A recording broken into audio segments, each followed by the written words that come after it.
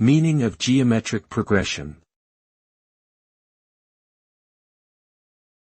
Geometric progression. Geometric progression. Geometric progression. Geometric progression. A geometric progression is a sequence of numbers where each term is obtained by multiplying the previous term by a fixed non-zero number called the common ratio.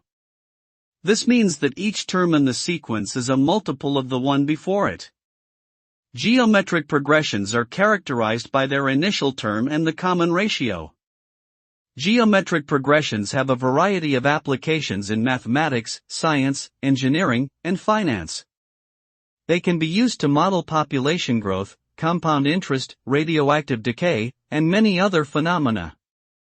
Geometric progressions also have several important properties, including the sum formula for finite geometric series and the convergence criterion for infinite geometric series.